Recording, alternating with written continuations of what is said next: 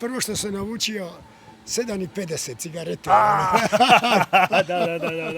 Simpatičen gospod v enem izmed zadarskih zalivčkov ne kadi, je pa v omembi Slovenije najprej spomnil na legendarno znamko cigaret.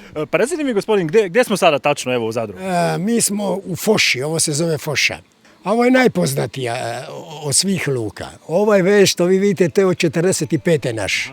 Gospod Venceslav Venci Jurin ob lepem vremenu praktično vse dneve preživlja na svoji barčici v zalivu Foša. Tam je pod mestnim obzidjem majhna in simpatična marina, kjer ima Vencijeva družina svoj privez že od leta 1945. I ovo je najslikanije ljeti, ovo je slikano više, pogotovo od kad je ona ovdje. Venci izhaja z otoka Ugljan, iz kraja Kali, ki ga je mogoče videti tudi iz Zadra. Med najnim pogovorom je na palubi barčice mirno dremala svetlo-rjava psička. Recite mi, kako se Nina snaša sa vama na brodu? Ma odlično. Ovu je kupio Mladen Grdović, pjevač naš. Zgodba z Vencijevimi psi ima več dramaturških zapletov. Pudlico Nino, ki pritegne poglede in fotoaparate večine sprehajalcev, še posebej pa otrok, je kupil znani dalmatinski pevec Mladen Grdović. Rekli ste, Mladen je kupio? Da, Mladen Grdović je kupio. I onda je vama dao? Zato kad je uginula ona prva, ja sam se zakleo da neću više imati pudle. Mislim općenito, znate što, to je kad član familije. Nina je pravzaprav Vencijeva druga pudlica. Ko je prva umrla, se je zaklel, da nikoli več ne bo imel psa, pa so ga prijatelji presenetili. Nina druga se je v Zadar preselila iz Pulja. A inače pudle su strašno inteligentne.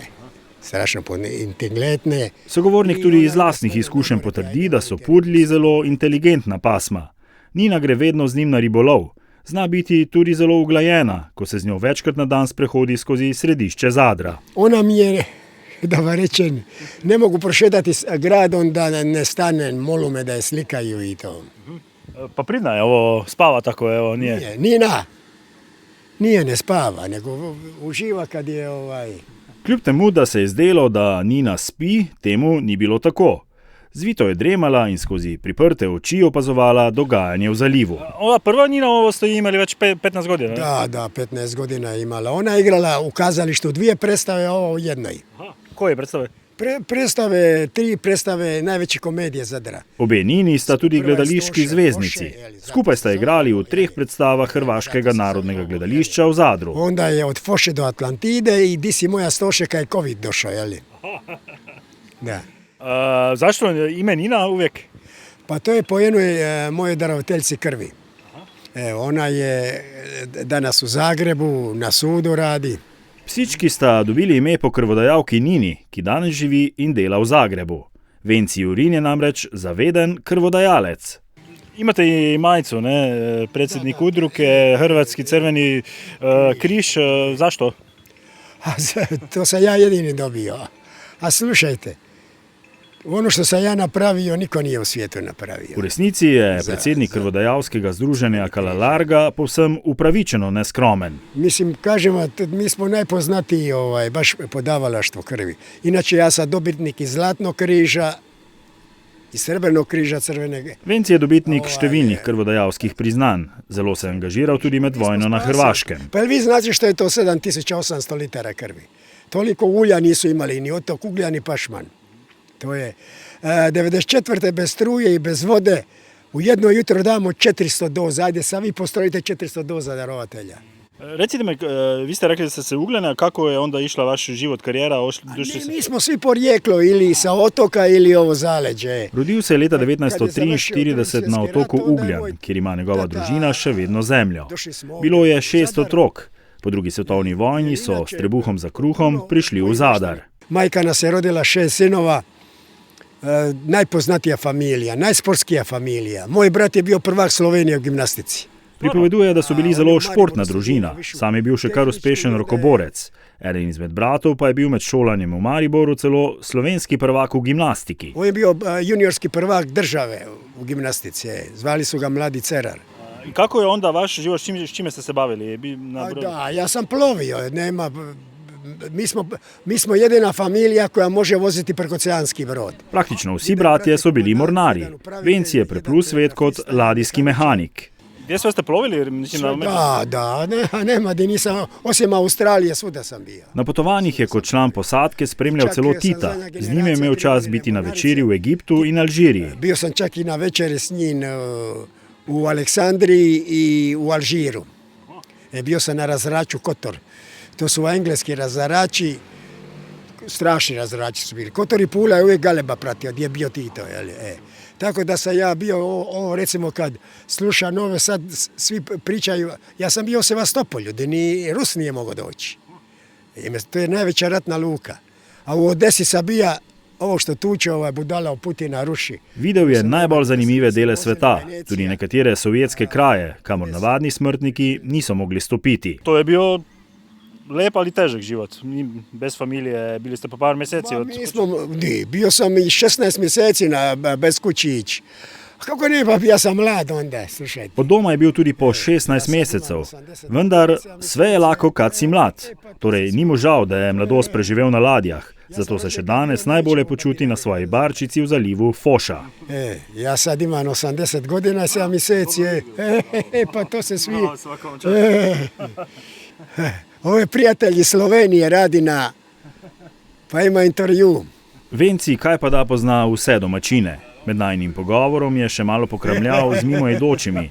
Možakari so si izmenjali tudi kakšen bolj ali manj kosmat dovtip. Seveda ni presenetila niti ugotovitev, da je bilo včasih lepše, kot je danes. Kako danes vidite Zadar, recimo, mislim, ovo je turizem? Katastrofa.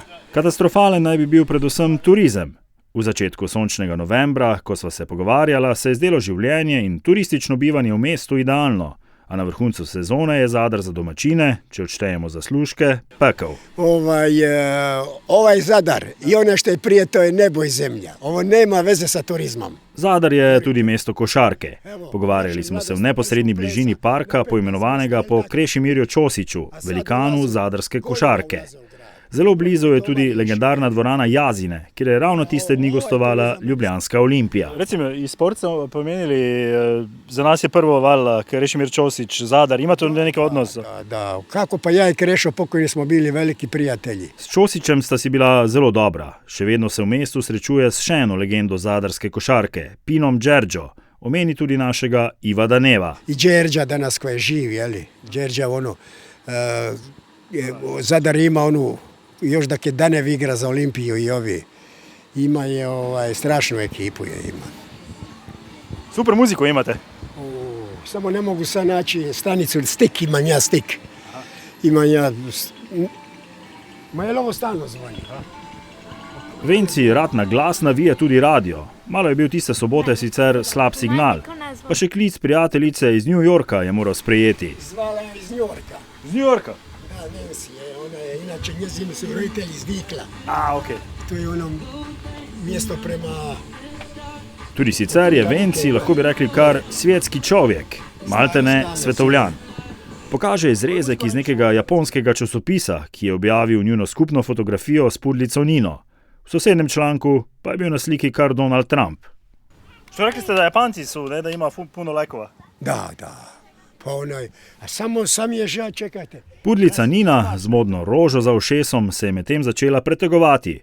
Prestavila se je čisto na rob ladice, kjer je še bilo nekaj sončnih žarkov. Uživačica. Nina?